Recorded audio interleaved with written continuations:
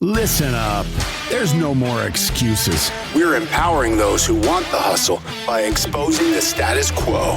The days of ordinary are over. It's time to crush mediocrity and start discovering your greatest potential. Welcome to the Hustle Nation. To the Hustle Nation. To the Hustle Nation. To the Hustle Nation. Welcome back to another episode of the Hustle Nation podcast. Today, we're joined by none other than Kevin Monroe. Kevin is affectionately dubbed the world's gratitude coach, as he is passionately committed to promoting the transformative power of gratitude around the world. He believes gratitude experienced is better than gratitude explained, and that gratitude is best experienced in community. To bring people together to foster gratitude, Kevin creates engaging environments and hosts events like Gratitude Encounter, which encourages people to explore, express, and experience gratitude in a meaningful way. He is also the creator, curator, and coach of the Grateful app, which we're going to dive into. Kevin is dedicated to helping people cultivate gratitude daily, regardless of where they are in the world. He is also the founder of I'm Grateful for You, a global movement that encourages individuals to express gratitude through tangible acts of kindness and transformative encounters. Kevin, welcome to Hustle Nation. Wow, I'm so glad you all made it through that long introduction. It was long. You know, you write those things, you never expect anybody to read them. No. Wait, I've made my own introductions for people, and then that typically doesn't work out where it's like, oh, can we hop back on next week to re-record that? I didn't like that. Yeah. I could feel the Hey, energy. it's a joy to be here on the Hustle Nation. I could sense the energy before we started to record, and I knew this was going to be a great episode. So, Kevin, tell us a little bit more about your journey and how you got to where you are now. Wow. Okay. I don't think we have time for all of that because I've you know. Well, your intro already took up too much time, so we should just blow past that. Oh, so gosh, I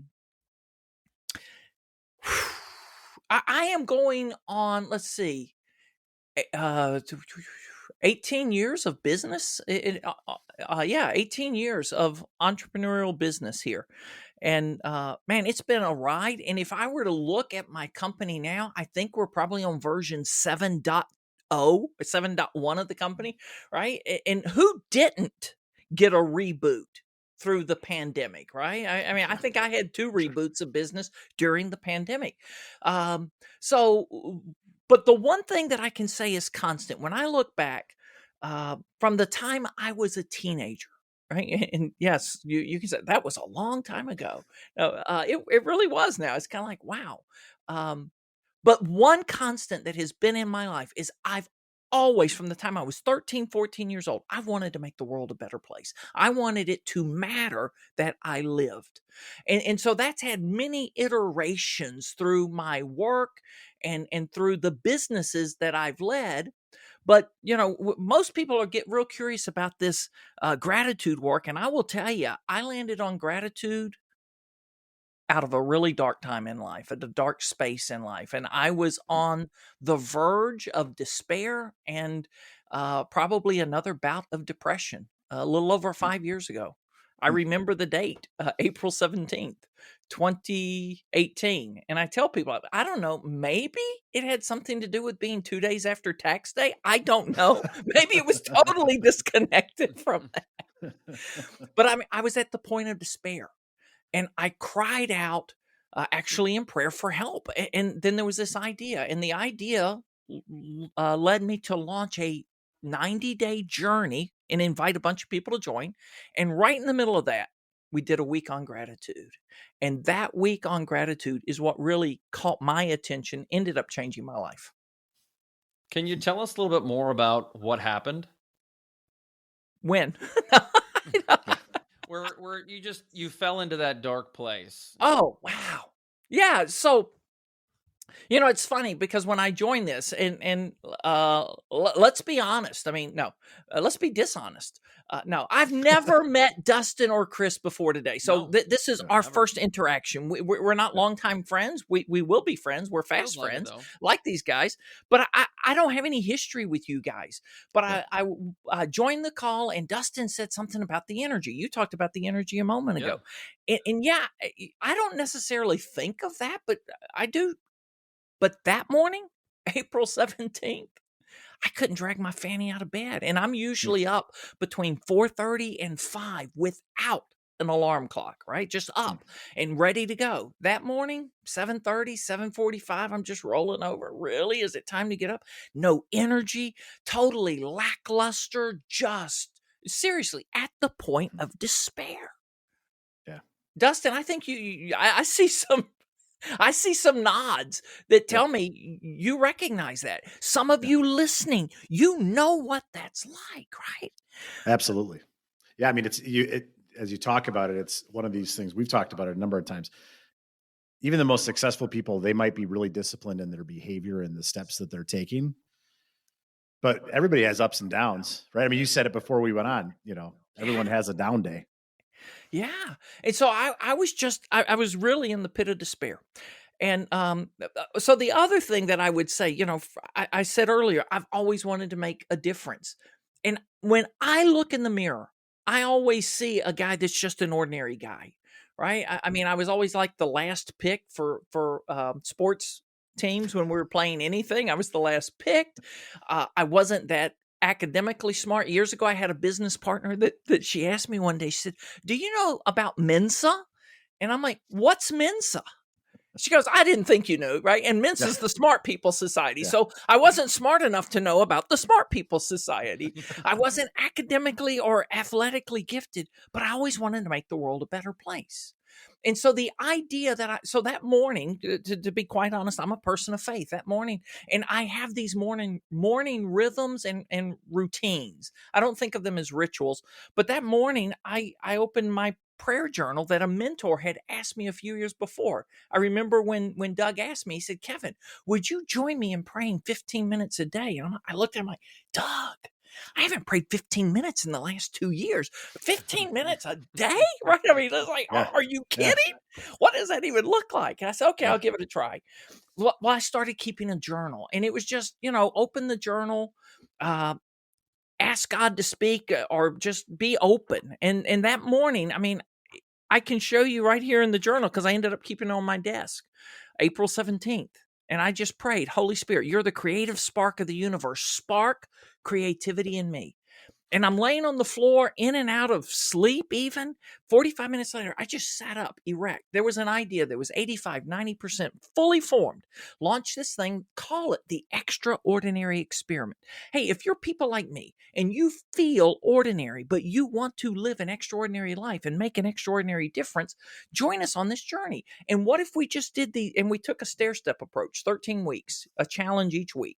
Week 1, I remember this was the awareness challenge, just inviting people to get out of your phone, to get out of the newspaper, get out of the book, whatever it is that you're, doing when you commute or when you're around other people. Be aware. Well, week 6 was the gratitude challenge. And when we started into week 6, I mean, that really activated something in my life because it was the first time in my life that I started asking the question and trying to answer the question, are being grateful and being thankful the same thing? Are they synonyms? Because I'd always thought they were. And I started realizing they weren't. They were different. And so, Chris, 45 minutes later, I just go to work. So I'm going to, yeah, man, I hope many of you listening are like me, that you're open to inspiration and that part of your hustle is getting an inspired idea, right? And inspired ideas come to us from anywhere, right? Out of the blue. You're not even thinking about something and all of a sudden, "Oh, what if we did this?" Right? That's an inspired idea. I believe I have 2 immediate responsibilities when an inspired idea knocks at the door of my head, heart, wherever it knocks. That is to say yes, open the door, right? Just entertain that inspired idea And item number 2 is to do something right away. Take some kind of action. So I called my friend Christy that's worked with me on a lot of projects. And I said, hey, Christy, I got this idea. What do you think if we did this? She goes, yeah. So we started building a landing page that day. And the next day we have a landing page that we launch and invite people to join, right? So Chris, I don't know if that's what you're wanting, but that it goes from a dark day to an inspired idea to doing something, taking action. And I think there's some hustle in there somewhere. I don't know. You're the hustle guys. Fair. Yeah, I mean, the process to go through that. So now you've launched, right? So you get the idea, you're inspired, you're rolling. You know, how in the next 13 weeks, what was the behaviors that you had to follow, right? Because my guess is as expired as you were at that moment, that had to have lingered to some extent over those 13 weeks. Yeah. And how do you keep that discipline day in and day out? Okay. So, great question, Dustin. I think there is something about putting stuff out there, right?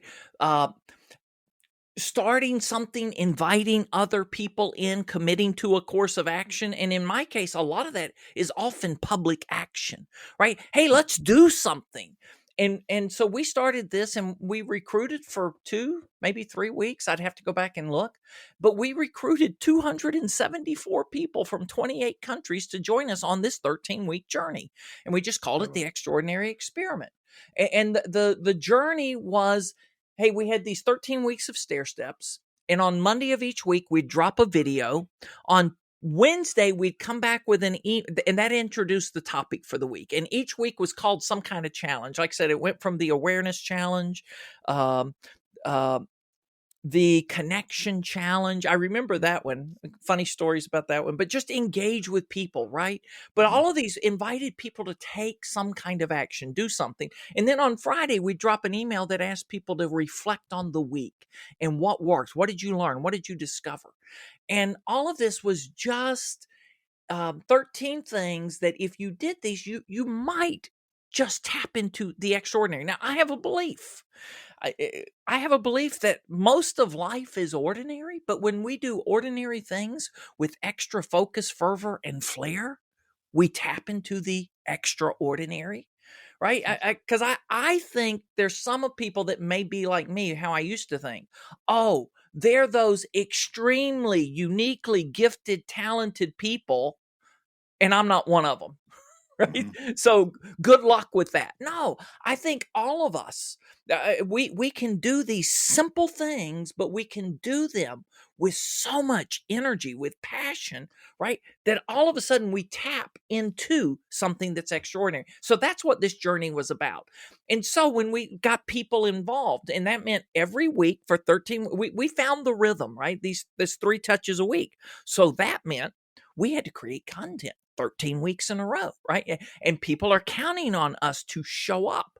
But when people start interacting and when people start responding to the things you're putting out there, like you guys, you're finding that out when people are, oh yeah, I got to do it again, right? I got to keep this up because people are now counting on us. People are relying on this because they've signed up. We make it a commitment. Then you show up and you keep delivering. It's incredible. One of the things that started this whole hustle movement for Chris and I is, Chris and I have talked about this kind of openly. Neither one of us were the most athletically gifted kids, and certainly not the smartest people in the room either. But well, that's why we get along so well, Dustin. That's exactly right. Chris is probably saying, "Speak for yourself." But in reality, it came from the mindset that those who hustle will always outperform. We talked about, teams that out hustle, organizations that out hustle, individuals that out hustle, that to your point, you don't have to be Mensa. You don't have to be skilled. Hustle and hard work is always going to outperform, apathetic skill. Right. And so how do you continue? And one of the things you said, which I think is a behavior we hear of so many people. You called it, your morning routine, and that discipline to stick to whatever that is. And everybody's is different, but something that small allows you to every day wake up with purpose, every day wake up with a plan, and create momentum really Yeah. quickly. Yeah. Yeah. Yeah, absolutely. I mean, there's several things I do. We don't need to get into that, but I don't mind. There are just other things I'd really like to focus in on this conversation. But yeah, doing it, just showing up and doing those things, right? And committing to it.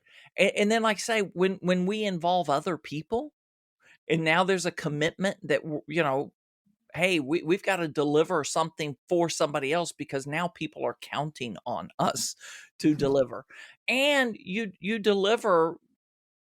Gosh, I did a meeting at noon today, and I think, counting me, there were 5 people there this month. There are usually a lot more, but right as it's leading up to it, people are, sorry, can't make it. What do I say? Well, let's just blow it off. Right? No, you show up and you go, you know what? We're going to make this the best hour that this can be, because somebody is committed to this. And Absolutely. yeah, so hustle. Yeah, you hustle because it's who you are. Yeah. I like it. So as I think about this, and I think about a lot of the people who are currently listening to this episode, there are a lot of people out there in a good place who say, I don't need that. I'm already thankful. I'm already grateful. And then there are other people who say, I am maybe in a low spot and I would like to get better. Regardless, what do you find are some of the reasons why people get to the place they're in? And then what are some of the things that they can do to get themselves to that point to where you got to when you came out of the dark? Okay, I'm going to try to sound real smart for a moment. I'll quote Shakespeare. No, I think this is the only line I know from Shakespeare. Be honest confession here, but I did find this line from Shakespeare. Expectation is the root of all disappointment. Expectation is the root of all disappointment. Right? So when we find ourselves in a gap, okay, so I use the word gap. I love the word gap. And I have learned, and frustration is a word I talk about a lot. I think I was in 3rd grade the first time a teacher asked, so Mr. Monroe, young man, why are you so frustrated? Right? I'm like, I don't know. I didn't know that I was. But frustration is a gap between what is and what could be, or what is and what we think should be, right? So there's this gap, the gap. Expectation and reality. We had these hopes, we had these aspirations. We thought we could just launch a website. I think I heard one of you talking about, Dustin, I think it was you, your very first business. You just launched something and you expected, and it didn't go as expected, right? And then we go, oh gosh, right? Did you fail? Right? And when people ask me now if there's one thing I wish I had understood, or what would I tell my 18-year-old self, or whatever that age people go to, I just go to this: failure is not what you've been told it is, right? And I was taught to avoid failure at all cost. That failure is just, the worst thing you can do is fail, right? You don't want to fail. Oh my gosh. I failed at so many things at this point in life, right? And when I finally learned that failure isn't to be avoided, it's to be embraced, that failure is not the opposite of success, it's the pathway to success, right? There is no success. I don't believe there's anybody on the planet that has succeeded at everything and never known a moment's failure, never known a setback, right? It's part of the journey. But some of us were taught, oh, don't fail. Failing's the worst thing that can happen. So again, when you encounter a setback, when you So many of us, like I said, I haven't talked to Chris and Dustin before. I don't know this. Years ago, when an inspired idea would show up, I don't even know if it was inspired, but when I would have an idea years ago, my first task was to perfect the plan. And let's spend 90 days to develop the perfect plan. And then now we have a perfect plan. Now let's spend 90 more days to try to perfect that plan even more. And what kind of things did I do and introduce to the world in that kind of mindset? Fear. Yeah, nothing. Yeah, Nothing. not much. Not much, because I'm always planning, perpetually planning. 13 years ago, I meet a guy. He became a good friend of mine. His name's Rich Sheridan, CEO of Menlo Innovations, wrote the book Joy Inc. and Chief Joy Officer. Yeah. And I remember when Rich told me, Kevin, around here, we don't burn the ships and we don't boil the ocean. We just run the experiment.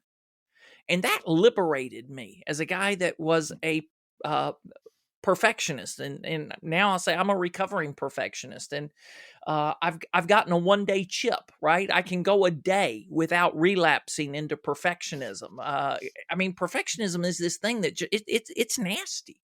But when we think that it's up to us to get it perfect, to get it right, no, the thing is to get it out there. Launch something. Let people. I mean, we launch things all the time now. One of the most amazing projects we did last year, we launched. We went from idea to concept to implemented program in 6 days, and it was amazing. But it built on 5 years of work in a specific field and many other years of experience, right? That allowed us to do something in 6 days.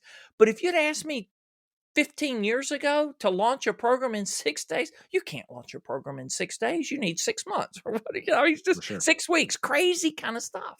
Yeah. I don't think perfect exists. I think it's a fallacy, and I think it's actually toxic. The more it try is to attain perfectionism, the more we stop and we think and we allow fear, which is the worst, to come into our brain, and that's what stops us and prevents us from taking action, or quicker, taking action faster than what we could have. And so there was a really good book I read not too long ago, and just the title of itself says everything. Was it my book? Like, no, unless you. I don't have one. I'm just teasing. So I just Ready, Fire, Aim. And oh yeah. The theory is just do it, and you can improve it along the way. Ready, That Fire, Aim. resonates. Yep. I actually tried to audition for a TED Talk, and the theory was imperfectly perfect. Oh man. All right. Kintsugi. Yes, that was in my talk. Yeah. Right, the Japanese art form, form that when a beautiful piece of art, a vase, pottery or something is broken, you don't throw it away. You use gold to fill in the cracks, and you create a new version of art. And it's the imperfections that all of a sudden make this piece even more perfect than it was before. So yeah, this idea, perfect doesn't exist. And perfect prevents so many entrepreneurially minded people or leaders from doing anything. And we just got to get started. You just, I mean, so finding a small step and taking, not going back to my friend Rich Sheridan, don't boil the ocean, right? Yeah. I mean, just do something. What is, I'm sure you're familiar with the concept MVP, minimally viable product, right? What can you put out there and see, do people want? Man, I can tell you so many programs. I designed the whole thing, recorded all the videos. Yeah, you too, Dustin, right? And nobody signs up. Mm-hmm. I don't do that anymore. Right? We start putting stuff out there. Are people interested? So I was telling you guys beforehand, it hit me just really yesterday. We're recording this. Is it okay to say when we're recording this? Yeah. Okay. May 18th. And so last year, this Thursday was May 19th and Friday was May 20th. So last year, the Monday of this week, a friend of mine reached out to me and said, "Oh, Kevin, I have a friend who's been tasked to find speakers for this client, and the client was a dream client. And I'll call their name. The client was Chick-fil-A. This guy didn't work for Chick-fil-A. He worked for a firm that had been retained by Chick-fil-A to find speakers for a Chick-fil-A conference. Would you be interested in having a conversation with this gentleman? I'm like, sign me up. So the conversation was set to happen Friday, May 20th last year. It did. On May 19th, which was Thursday, right? This day of the week, a year ago, I met with my good friend. She does our website, does a lot of our marketing work, Susie, and we're just having our monthly meeting. And in that conversation comes up with Susie says, well, what are you going to pitch them? I'm like, well, gratitude, of course. She goes, now you got to have something really big, right? What is it that you're going to, and we started brainstorming. And I've done, in the introduction, you talked about this, the epiphany I had over the last 4 years, right? We can talk about that, but the experience of gratitude. So I started creating encounters, environments where people actually get to experience gratitude, not listen to somebody talk about it, but let's have a experience of gratitude. And I said, so I do these gratitude experiences. Oh, okay. Well, what could that look like? And what could the action be? Anyway, we started talking, and Susie brings something up. And I've been recording videos for 5 years now, off and on, hundreds of videos. But I mean, in those very first videos, I'd coerce a friend to join me because I couldn't do just solo to camera, because I would script it so heavily, and then I would record it and re-record it. I mean, I'm serious, Dustin. It looks like there's some recognition here. I have done 17 takes of a video, right? And then you realize take 17 is no better than take 1. It may even be worse. But then I would always sign off with saying, hey, I hope you know I'm grateful for you. Thanks for watching. And Susie said, well, what could you do with that? And I said, gosh, I have an idea. What if we created a little card? And well, okay, what would you do with the card? And I just outlined this plan in my mind. And we could have 2 versions of the card. That's great. I think you should pitch that. So the next day, I'm on this conversation, May 20th. 30 minutes is what I have to pitch. And I start talking about gratitude and things we could do in the meeting. And I said, and imagine that we have a kit that everybody that leaves the meeting leaves with a kit. And the kit says, I'm grateful for you. And they have 2 size cards. In the meeting, I've drawn up a little card. I'm like, imagine there's a card this size. And we could call that an impact card. And then there's a bigger card that we'd call a legacy card. And imagine that everybody in the room got these cards and left with kits of cards. And the gentleman says, oh my God. Well, he finishes and he says, Kevin, we're putting you on the short list. I'm sending you over. That doesn't mean, somebody else is doing the selection, but we're putting you on the short list. And I said, if you don't mind me asking, what was it? He goes, oh, it's the cards. It's the cards. I'm like, okay, this is awesome. So I'm waiting, I'm thinking, well, my phone will ring any minute now. No, but so nothing happens right away. But the next week it hit me. It's like, wow. What if this idea really is a good idea? And this guy, it moved him so much. So why don't you just print the cards and start using the cards and start disseminating the cards? So I get Susie to design the cards. And then we created 2 cards. This is the legacy size card. This is the impact size card, business size card. We started printing these. And then our wonderful marketing team, they come up with an envelope to put the cards in. And they send me this envelope on this side. And then on this side, when they send me this side, I'm like, man, that's a bit gaudy, right? That's kind of big. Wow, that's audacious. Well, I'll tell you what, this looks really good when you have 250 or 500 people in a room, all get their packet and hold them up and get a photo. That's what the marketing person saw when they designed this envelope. I didn't see it. I thought, to mail, that's kind of big. So I printed these cards and just have a group of that's called Gratitude Ambassadors. I said, hey, I've got a new idea. Anybody interested? Here's a place. Drop your address. I got 100 people from around the world that were open to receiving cards. So I gifted them the cards. Right? Just funding this out of my pocket. What if we send this? So we started sending these cards. And then people started using the cards. And people started sending stories of the impact they're having with these cards. And then we're trying, and I've done all of this on a page on my website. It's getting really crowded. I asked my friend Christy, can you review this page? She goes, actually, Kevin, I think you're trying to do too much with the page. You need a website. So I called my friend Susie, said, gosh, maybe we should create a website. So we created a website. It launched July 1st, 2022. I'm gratefulforyou.co. We have now thousands of these packets. And I want your address. I want to send each of you some of these cards. We've started a movement of people using these cards and using these cards, carrying the little impact cards with them, carrying them in their wallet, in their person. And maybe they're at Starbucks, maybe they're at Panera, maybe they're at a restaurant, maybe they're at the hospital, wherever they're at. And they have an amazing encounter and they whip out a card and they write a note on the back and they give it to somebody. And they go, hey, I want you to know I'm grateful for you. You went the extra mile. Here's what you did. Give them a card. The bigger card, people use to write notes when they're giving an award inside their company. And so we started this, and I was looking this morning, I was just kind of thinking, how many thousands of these cards have now been sent and shared around the world, and Chick-fil-A has not called yet. What the heck? Right? But if I had waited for that validation call to start, if I had waited, it wouldn't have happened. But it was this idea. And one guy, he said, hey, I like this. This is, we're going to take it. I think you should, I'm putting you on the list, right? Short list. And that was enough to say this idea works. So what's your idea? I just want the people, you listening, what's an idea you have? Don't wait for somebody to validate it.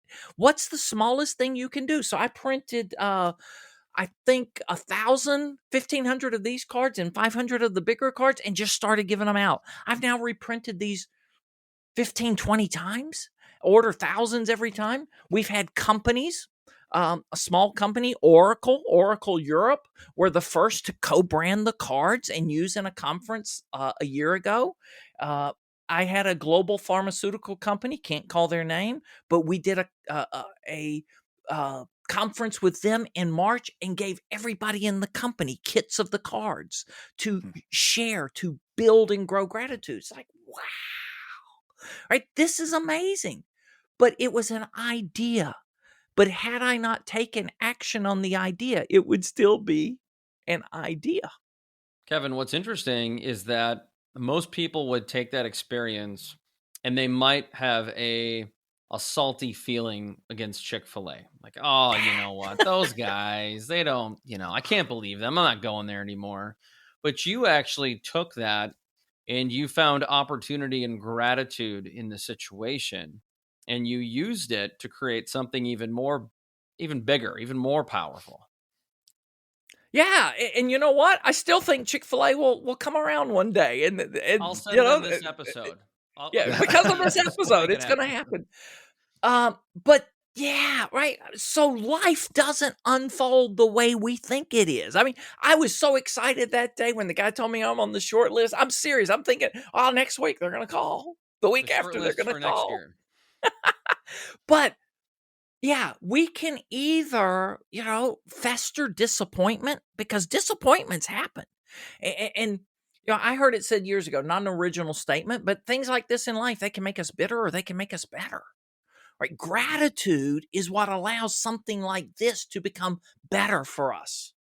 And I won't say this because I don't want to. I don't believe in jinxing it, but I'm in conversations right now. I have a meeting next week, second meeting, with one of the most amazing companies in the world that's looking at bringing this into their company. And I'm like, awesome. It's a company bigger than Chick-fil-A, right? So I don't know, but had that conversation not happened, had that introduction not been made from my friend Jenny, had I not had this just brainstorming call with my friend Susie, these things wouldn't have happened. So there are a couple of things here, right? None of us creates anything alone. I don't know, a Hustle Nation, do y'all ever use the word solopreneur? Not in the show much, but good. I hope not. I hope not, because I just don't like the word solopreneur. Really? Can you do anything by yourself? I love this idea, right? You pull yourself up by your bootstraps. Well, who made the boots? Right? Did you make your own boots? You're pulling yourself. Oh no, you didn't. Right? You. None of us. They're people that contribute to our success. And so, I mean, earlier today, I was sending messages of gratitude. I left Susie a message. I don't know if she heard it yet, but I was like, wow, Susie, I realized it was a year ago today. You were on that call and you sparked ideas that birthed this project. Thank you, Susie. I'm grateful for you, Susie. And then I called my friend Christy. Christy, you're the person that introduced me to Susie. Thank you for introducing me to Susie. Then I was on a call with Jenny. Jenny was the person that introduced me to the guy that had the meeting. I'm like, Jenny, thank you. Gosh, I don't know if you remember, but it was a year ago this week, and I want to say thank you. Kevin, this is interesting. So we talk a lot about leadership on this podcast and in business. I'm curious, does any of the services or the programs that you offer, is this theory of gratitude and the implementation different for the average person than it is maybe for a CEO or a VP? Oh, I'm coaching a CEO right now. We started this week, right? That wants to bring gratitude into his company. And I wrote something this morning. I actually believe that expressing gratitude, expressing appreciation. Okay, so here I was in a conversation with another executive earlier this week, and then they posted something this morning that everybody in the world wonders this: am I seen, heard, and valued? Right? I mean, everybody wonders that. And if you are in a leadership position now, I actually believe you assuring and ensuring that your people know that they are seen, heard, valued, and appreciated is one of your chief roles as a leader.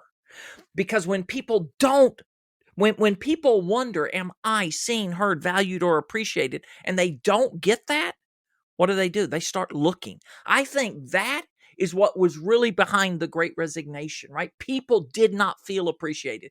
And after what we've gone through the last 3+ years, people just like, life's too short to work somewhere where my gifts, talents, and abilities aren't appreciated. So I believe, Chris, I love that you asked this. So the most fun that I've had with this is introducing this into companies, right? And companies recognizing that we may have employee appreciation and recognition programs, but what would happen if we infuse those programs with a fresh dose of gratitude? What if we took them from being formal once a year, twice a year, maybe once a quarter if a company's really good, right? But so many times people are recognized for something that happened so long ago, they don't even remember it. And what employees want, what workers of the world want, they want to be appreciated and recognized. Survey after survey shows this. Appreciating a person at work once a week is not too often. Right? I mean, what if you're and I'm not saying they're giving you an award, but somebody's saying. And so this pharmaceutical company, I started creating brand new content for them around this. And what I realized, magical moments happen every day in the workplace. We either miss them, we minimize them, or in the best cases, we maximize them, right? But many times we just miss them because we're so preoccupied with other things. Or, oh, it's no big deal. They always do a great job, right? That's minimizing it. But if you want to take gratitude to another level, what if I started calling it the ACE model, of gratitude. Appreciate. When you write a note, you're wondering what to write on your I'm grateful for you note. Write what you appreciate about the person. Write about their skills, talents, abilities that you appreciate. Celebrate. Right? Celebrate not just the achievement, but the way they went about making that goal happen in their company. Celebrate that they did this when they were facing personal adversity.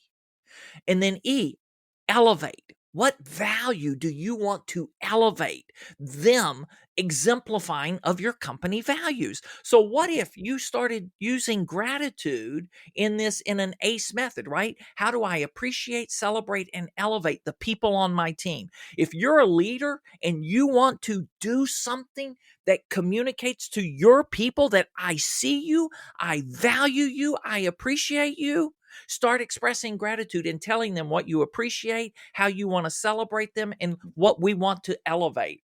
And Dustin, come on, buddy. I see you. It's amazing. You know, we this started for us about 3 or 4 years ago, and here at McClone, we talk about our valued, trusted, and appreciated, and our goal is if our team feels like they're the most valued, trusted, and appreciated in the industry, that we're getting close, right? And your customers are going to feel it. Exactly right. Exactly right. You can't deliver excellent customer service when your people don't feel those 3 things, Dustin. That's exactly right. And it's been amazing since we've kind of unleashed it. You know, to your point, there's 100 things to be thankful for and to recognize people for every day. 100 things. But we just look past them because we're just, you know, we're like, oh, that's just Johnny. Johnny always does that. He always is awesome. Well, you know, when's the last time anybody told Johnny he's awesome? Right. I mean, it's constant. Yeah.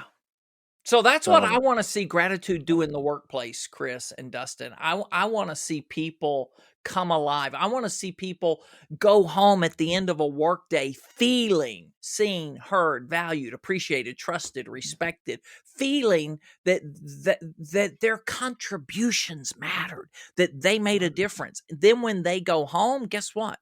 They're carrying that gratitude into their home. Mm-hmm. I love it. Well said. I'm gonna ask my final question. And all right. Before I do, I really believe when people ask me, because I have an opportunity to speak a lot and be on podcasts, people say, "What's one thing you'd recommend as a takeaway?" And I always go outside of the box and I say self-care. I think if you can take care of yourself, you can bring your best self to work. You can be your best self in your marriage, your relationship. You can be your best husband or wife, whatever it might be that you are, or that you want to be.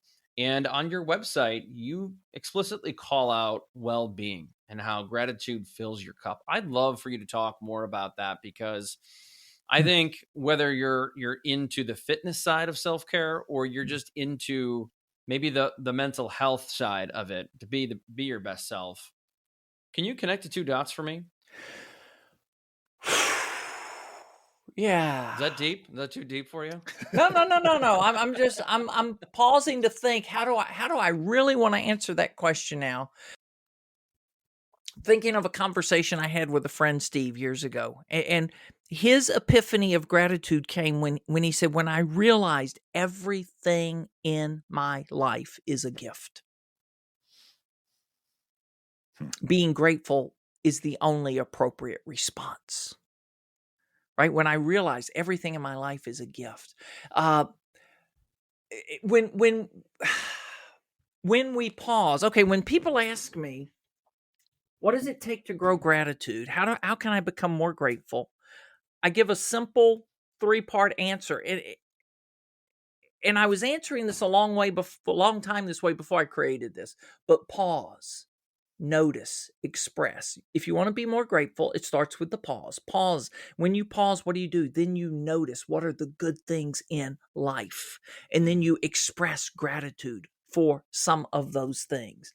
And if you would bookend your day, one of the first things you do in the morning, and I don't want to say this, it's got to be the very first thing you do because, you know, some people, let's be honest, not everybody is a morning person.